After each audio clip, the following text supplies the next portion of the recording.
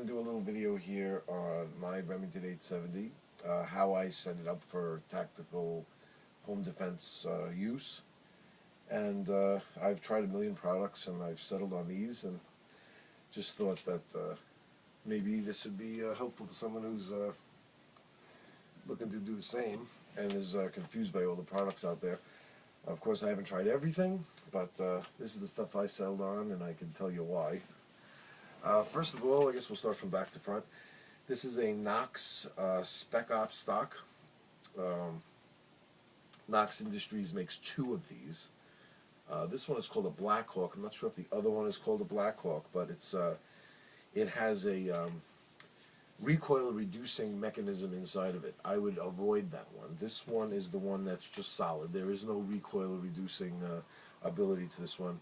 The recoil reducing one, I've seen videos on it. It makes the gun jump up, hit you in the face. It shakes around. It makes the thing wobble. It's just it doesn't seem like a really good product.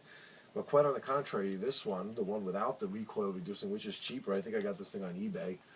The fore end and the stock here for like $50 or something, used from somebody. You could probably find a good deal on one, and I highly recommend it. It has two positions. Actually, it has several positions. You could set it all along here, any length that you want. There's like different holes in here to set it.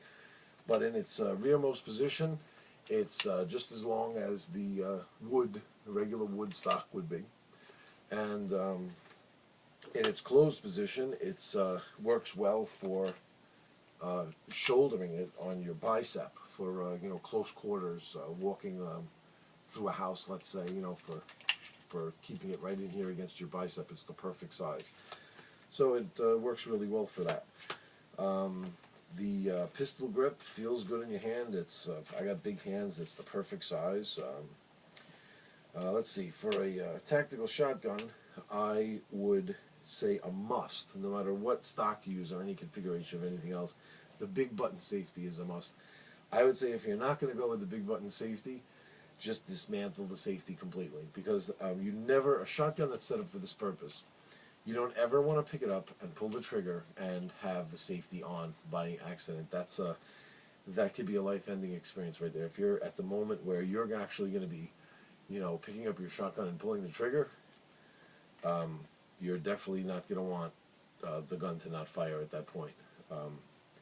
This big button safety makes that impossible, whereas when your finger goes into the trigger guard, it will automatically take the safety off if it's on. It will automatically go off. And you're still able to carry in a safe position like this with your finger out of the trigger guard without turning the safety off, as you see. But when your finger goes in, it will automatically turn it off. This is a must. A must. The fore end here is nice. It allows for loading with the slide in the rearmost position, which is nice. This is just a Remington stock barrel. I like the vent rib. I know most tactical shotguns, they'll just go with the tube without the vent rib. But I like the vent rib on there. I guess it's just the look of it. I'd rather have that. As far as magazine extension tubes, this is stock Remington right here, and I would go with the Remington tube. From all the other ones that I've seen, this is definitely the best.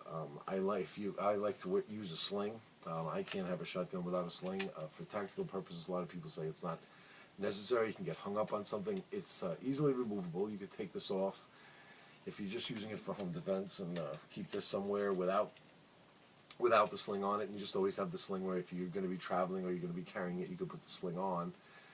And when I do, I notice that these type of like this tack star clamp like this that has the attachment for the sling on the side, I know you've seen those, they're horrible. They walk, they move, they don't stay in one place. It's just endless hours of frustration. As soon as I put this one on, I knew I made the right move. It has a recessed rib here in the extension tube that this clamp fits into, and it has the swivel on the bottom, which is much better for carrying it. It just doesn't seem to torque it on the side and bend everything. This just works out perfectly. Now this choke, I have to remove this because I can't remember the name of it. This is not Remington. I think this one is better than the Remington. This is a Trulock, Trulock, Trulock Tactical Choke.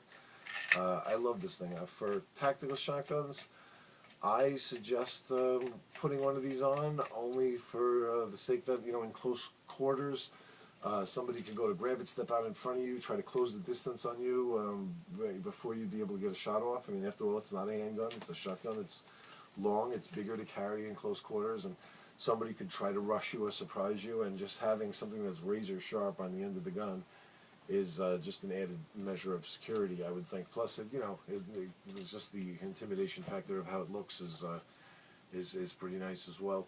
Plus, the breaching capability. Not like you're going to be going through your house blasting door locks off, but it's just a nice feature to have on there. And that's it. This setup for me works. I haven't changed anything on it in a long time, so I'm just pretty happy with this setup, and hope this was helpful.